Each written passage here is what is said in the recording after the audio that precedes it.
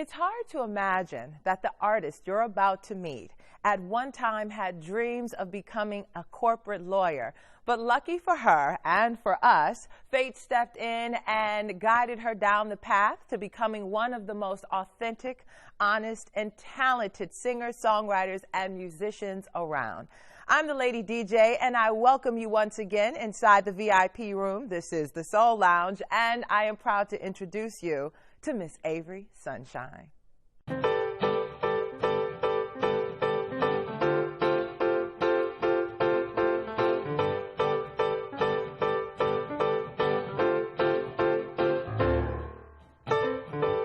I'm leaning on my window pane, ready to holler out my name,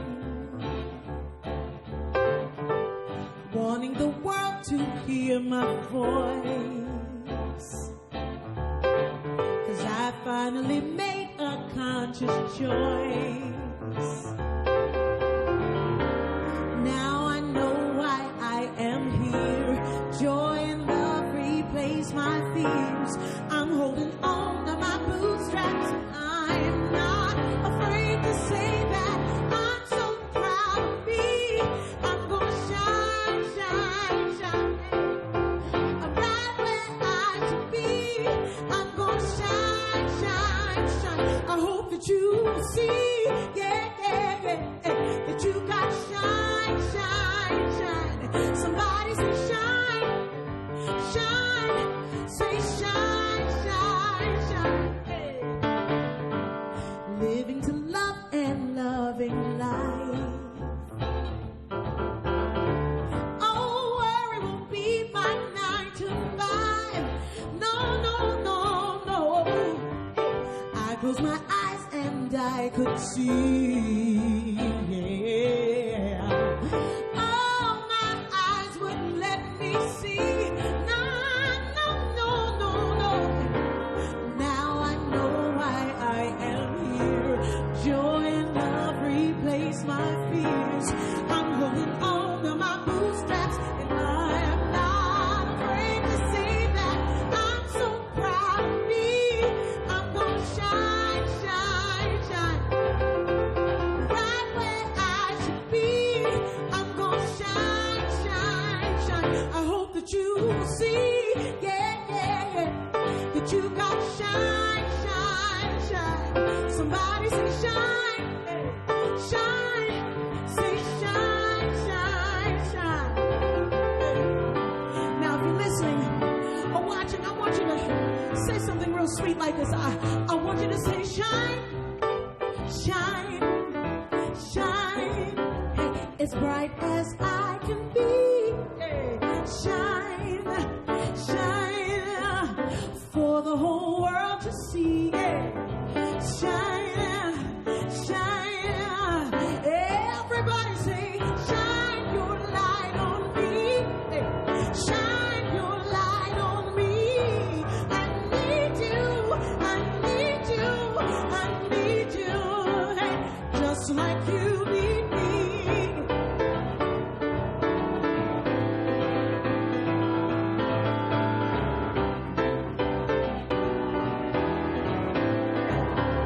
One more time, say shine, shine, shine, shine, shine, shine. Oh, shine, shine, shine, shine, shine. Hey, shine, shine, shine. One more time, say shine your light on me. Hey, shine your light on me. Say shine, shine, shine, shine, shine.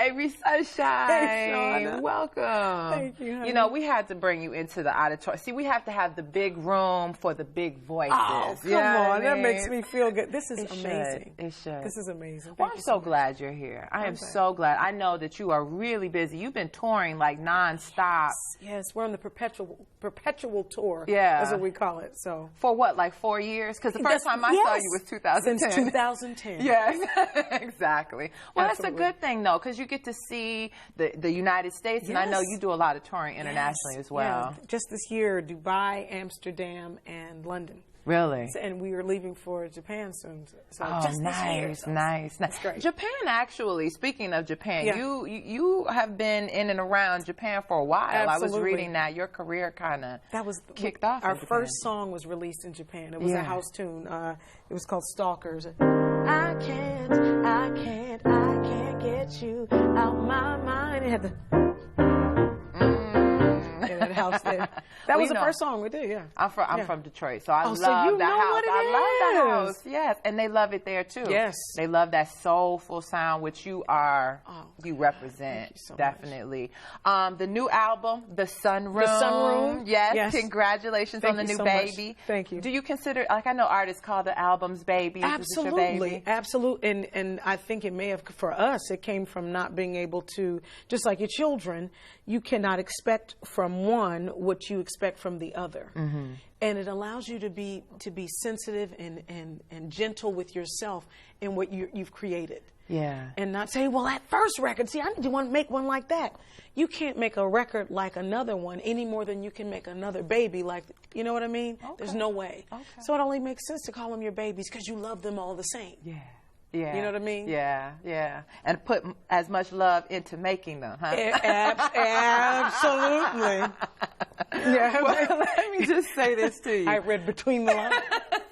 This album, okay, so I put it in when I first got it. I put it in and I said, okay, this album reminds me of growing up in Detroit on a Sunday when my mom was kind of, I don't know, cooking dinner and she put her records on. Great. It just took me back there instantly. I love that. It's just, it was a beautiful, and I guess I have to ask, I assume you were listening to a lot of maybe some of the older, I heard a little Motown, heard a little Al Green. I was like, is that a little Minnie Riperton? Like, you know what, well, thank you for all those references. We're honored.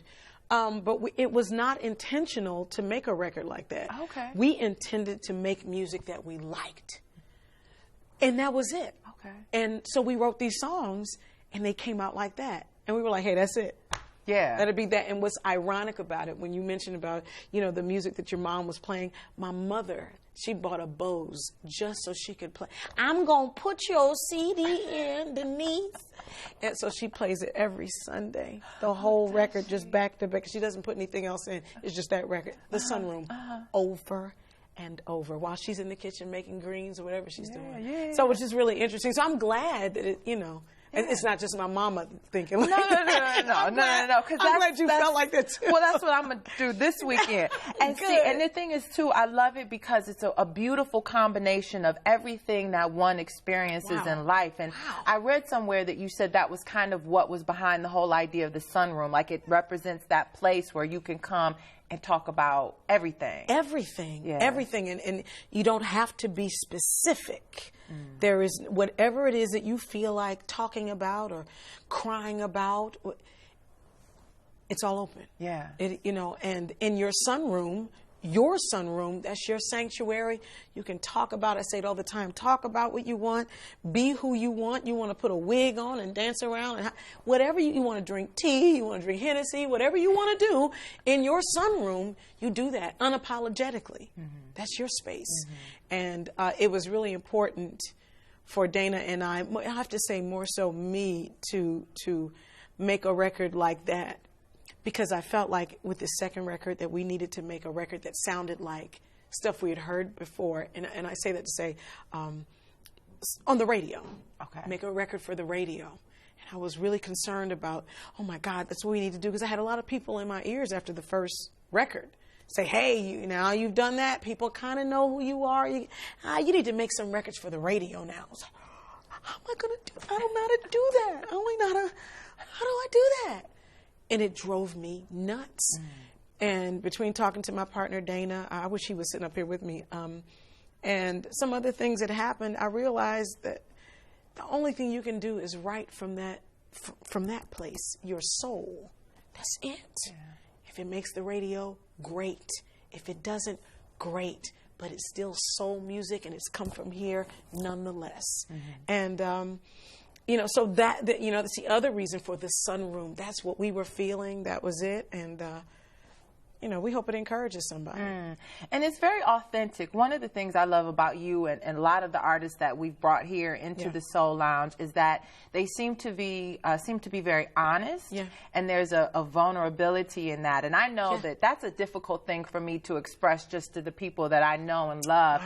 I can't imagine how difficult it must be to just put it on a CD and then put it out to the rest of the world. You're almost like naked in a sense, emotionally. You feel that? But I found my liberty in that. Okay. And I think my parents were the best examples. And, you know, just kind of watching, they talk about how comedians tend to put everything out.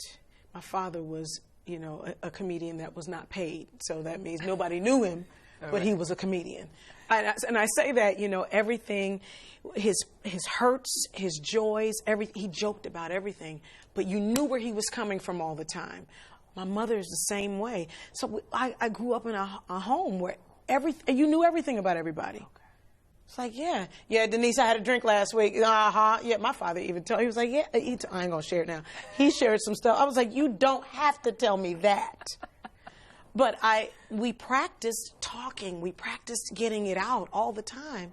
So I actually have to practice not saying too much. Okay. Because I don't mind, you know, my ex-husband, you know, he came to one of my shows recently, and he came to one of the shows, and he called me later. He said, I really don't appreciate the way you portray me at your shows. I was like, shut up. You know, and I did apologize to him. I said, I'm sorry. I don't mean to. I hope that my truth is not stepping on your toes. I apologize for that. And I said, no, it may come out like that every so often, but it's coming from a real place. You know what I mean? So. Yeah, absolutely. Now, you mentioned your songwriting partner. Yes, Dana Johnson. Big Dang. Big Dang. All yes. right.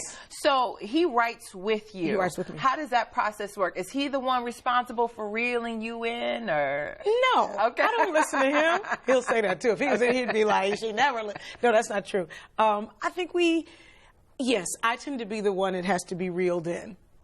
Okay. I think. But it depends. Sometimes, you know, Dana will write a whole song. Mm-hmm. Like the song Call My Name we're going to do. Dana, he actually called me with this idea over the phone. And I was like, stop. Let me record it. I put it into GarageBand over the phone. And I wrote the lyrics almost immediately. Stalker, the one that I played earlier, that was me. And I was like, Dana, I've got these chords, and then what are you going to do? He wrote the lyrics in no time. Some songs either of us get, you know, might be the whole song or whatever, but he might do the reeling in. I think it might be him. Okay. Yeah. All right. It might be him. Maybe after this we'll ask him. Yeah, we'll see ask what he him. says. We'll ask him. So you mentioned GarageBand, which is software that a lot of musicians use. It's part of this new technology that is so prevalent in music. But obviously, you are also a musician. Yes. So do you prefer to write like this in front of the piano, sitting at the piano, versus using the technology? Absolutely. There is something that every piano has its own identity and its own spirit, and I feel like every instrument does, and it will dictate the song all in my head. I wrote it on the piano. It felt that particular piano dictated, I know that sounds so strange, but it dictated those chords to me. Okay. A song from our first record called Ugly Part of Me, I played it. Now that was on a keyboard, but the keyboard dictated these chords to me.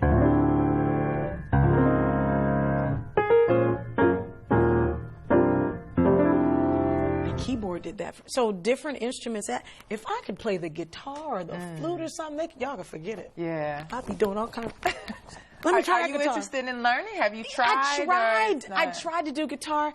I feel like I don't have enough brain power or something to do that. I just don't. Okay. I don't. Yeah. Okay. No. Yeah. How long have you been playing the piano? Since I was 8, so about 31 years. Oh, wow. Okay. So you started. Now, were you self-taught, or are you classically trained? Classically trained. Okay. I started reading at 8. I didn't play by ear until I was maybe 12 or 13, and that was because one of my aunties my mother's a beautician and had a beauty salon in the back of the house, and everybody would come. And so our house was always jumping. But at any rate, my Aunt Tootsie, talk about Aunt Tootsie all the time. Aunt Tootsie, she played for the Catholic Church in the city, a bunch of churches in the city, but this particular church, Immaculate Heart of Mary. And she said, you know, Ruth, I think it's time to get Denise over to the church to play. I've got some other stuff to do. So I'm going to leave the book here so she can read it, and then she'll work with the choir. So that was my first church gig. Okay. And I was 13, and service was an hour. I read a couple of tunes, and I taught the choir a song or two, and I made $175 an hour. Go, girl. Come on. At 13. Mess me up. Mess me up. I'm in the wrong business. I wasn't going to McDonald's and nothing after that. They could forget it. What? Oh, no, I'm going to be a musician. Okay, I know that. What? Okay. Yeah, so that's how that started. So I had to work on my ear because they were listening to music on the radio, and they wanted to sing it on Sunday morning. So, you know. Okay. Yeah. Well, you know, and so you are one of many artists actually then that started off in the church. And I'm always wondering, what is it about being in the church that influences, well, we talked about what influences your playing, but what about the way you approach the art? Is there a different sense of responsibility? Absolutely. I think about worship leaders in church for me. And the responsibility of leading and kind of guiding through the service or through that experience. So that's always in my mind as I'm creating and working. How am I going to guide the people through this experience? People who are familiar with music, people who are not, people who are familiar with my music, who are not. How I have a responsibility. I can't just throw it out there and just say, take it. I've got to figure out how to cut through. I'm always thinking about that. Even, you know, when we were performing today, I was like, I don't know which songs I'm going to do. I have to feel it and feel how I'm, you know, sometimes that can be, you know, a hindrance. It irritates Dana to no end because I'll change a set. Just like, we're not going to do that. We're going to do the Lord is blessed. He's like, the band doesn't know that. Nobody knows. What are you doing? You know, but that sense of responsibility to guide, it's always present. It's always present. How much does the audience influence that? Like, do you walk into an auditorium and look out and say, all right, we're doing something completely different? Absolutely. Okay. Because it's not about me. Right. I'm here to give a gift. If nothing else, even if I sound like hell, if I can make you laugh and feel better, this is just this is not the end. This is a means to the end. This is the piece to get us somewhere else. The music is not it. It's just a form of communication to get us a higher understanding of something else, and that is feel good, shine, no matter what.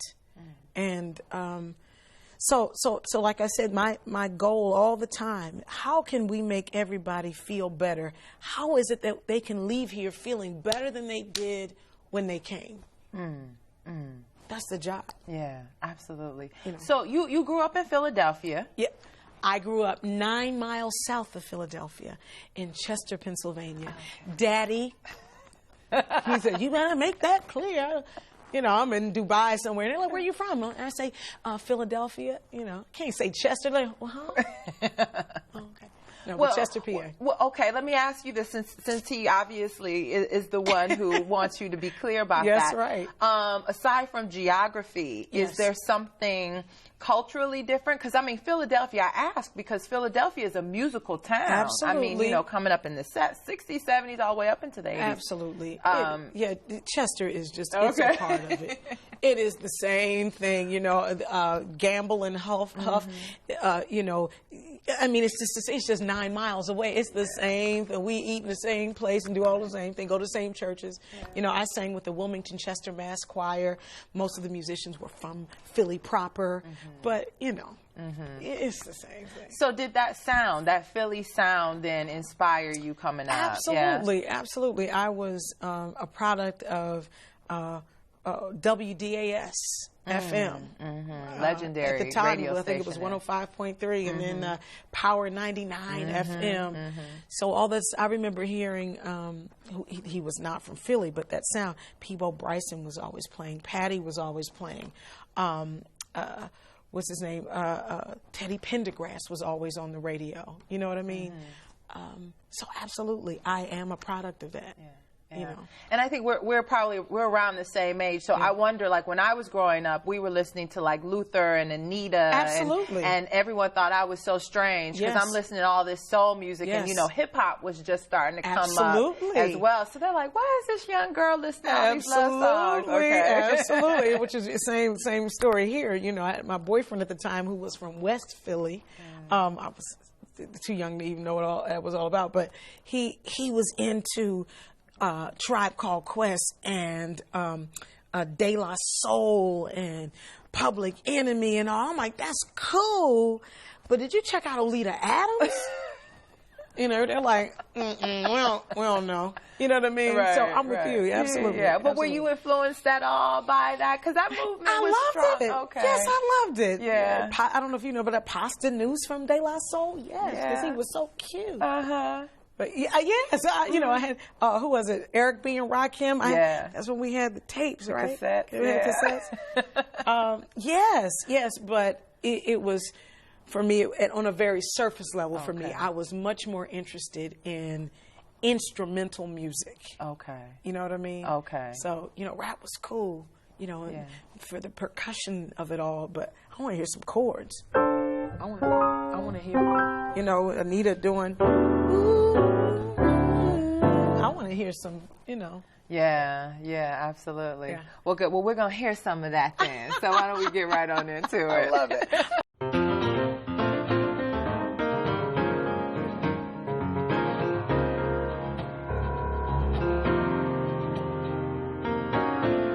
When you said you needed space, I just wasn't in a place where I could hear what you meant when you said it. Oh, I took it out of context, baby, and got up in our shade. So angry till I started thinking about the sense that it didn't make. It was all in my head. All the things that you said, I changed them around in my head.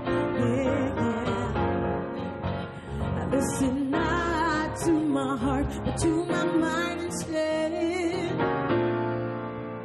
Sensitive and warm, that's the way I am. That's the way I was born. You know, doubts and insecurities make it hard for me to feel things I should. I took it out of context, baby, and got up in our shape. So angry till I started thinking about sins that it didn't make. It's all in my head.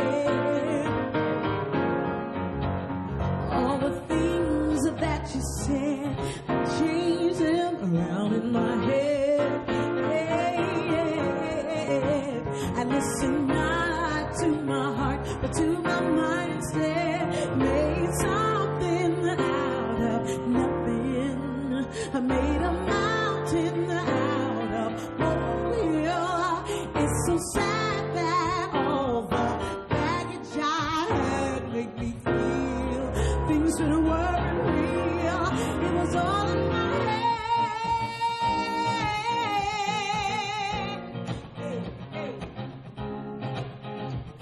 It was all in my head.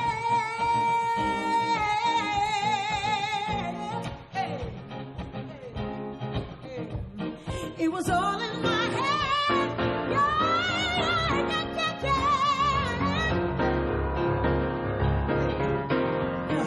I made it all up in my mind. Oh, baby. Oh,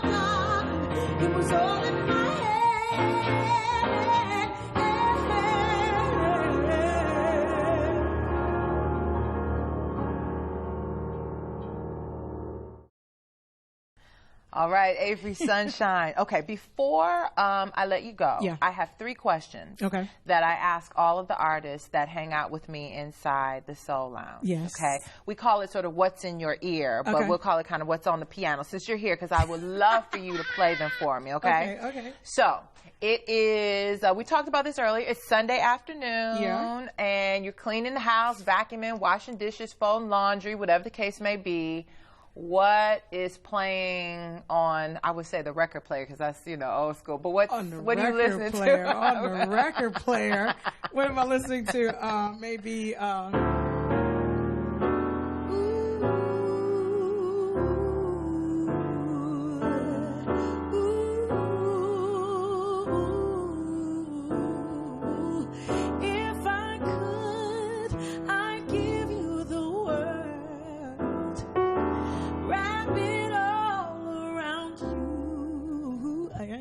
Miss Anita Baker. Yeah. You're my angel. Yes. All right. Oh, yeah. Come on, record player. All right. So, you hanging out at my house then, because that's what we're listening to. All right. Okay. So it's Saturday night. Mm-hmm. You and your boo just came from a wonderful dinner. Yeah. And we're going to turn the lights down a little bit. It's time to get romantic. You put in that old school slow jam tape, or maybe new school, I don't know. Old school. Maybe new school. Maybe your own. I don't know. Do you play for your boo? I mean, what are you listening to? No, he'd be letting me like, that's weird. But I do. Because I put this in my show because I listen to it so much. When this album came out, I was in college. You're my lady. Yeah, if he could sing, he would sing that to me. You're my lady. Now, I would respond. I would say something like this. You love me especially different every time. You keep me on my feet happily. Okay, a little D'Angelo, Jill Scott. Yeah. All right. Okay. So, music has the ability to lift us up, especially in those times when things either internally just seem too much or externally out in the world. Absolutely. So in those times when you just need something to hold on to musically, what do you grab hold of? One of the things is I always think of Donny Hathaway, and he did an arrangement of Carole King's When You're Down and Troubled and you need some love and care and nothing is going right. Close your eyes and think of me, and soon I will be there to brighten up even your darkest nights. You just call out my name, and you know wherever I am, I'll come running, to see you again. Winter, spring, summer, or fall, all you've got to do is call, and I'll be there. You've got a friend. Indeed. The album is called The Sunroom. Avery Sunshine, it's such a pleasure. Thank you so much. The honor is mine. You are wonderful. Thank you.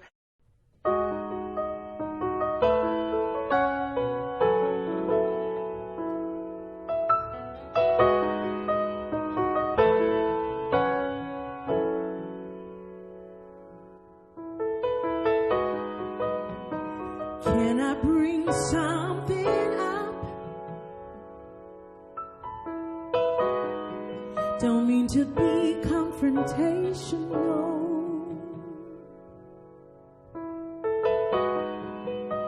But lately we haven't made time to be conversational.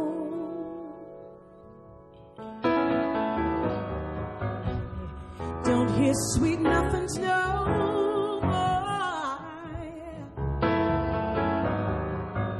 I guess life has gotten in the way. Yeah, yes. How in the world could this happen to us? We used to have so much to say. Tell me, babe, when was the last time you heard me call you sweet darling? And when was the last time I heard you say, hey, baby? Hey, yes, it's been such a long time since you heard me call you sweet darling, yeah. And I just can't remember the last time you called my name, baby. I don't know where we went wrong, and I don't want these days to turn to years, baby. So I decided not to live this way, and I'm asking you through my tears. Tell me, babe, when was the last time you heard me call you sweet darling? Yeah. And when was the last time I heard you say, hey, baby? Hey, it's been such a long time since you heard me call you sweet darling, yes. And I just can't remember the last time you called my name, baby. Hello, my love, sweet baby. That's all I really need to hear you say.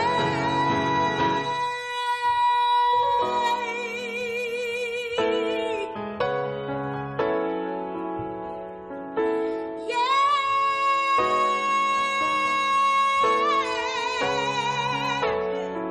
I just want you to call my name, baby.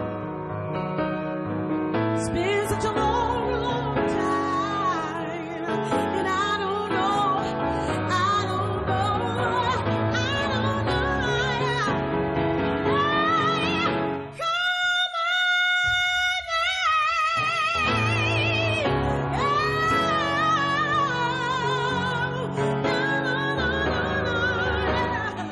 I can't remember, baby. It's been such a long, long time.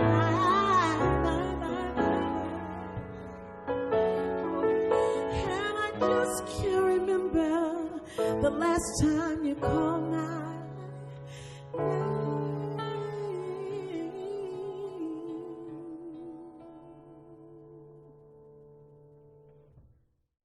Thank you once again for joining us inside the Soul Lounge. I hope you enjoyed Avery Sunshine as much as I did, and I can't wait to bring you yet another artist on the rise. But until then, take care of yourselves and each other.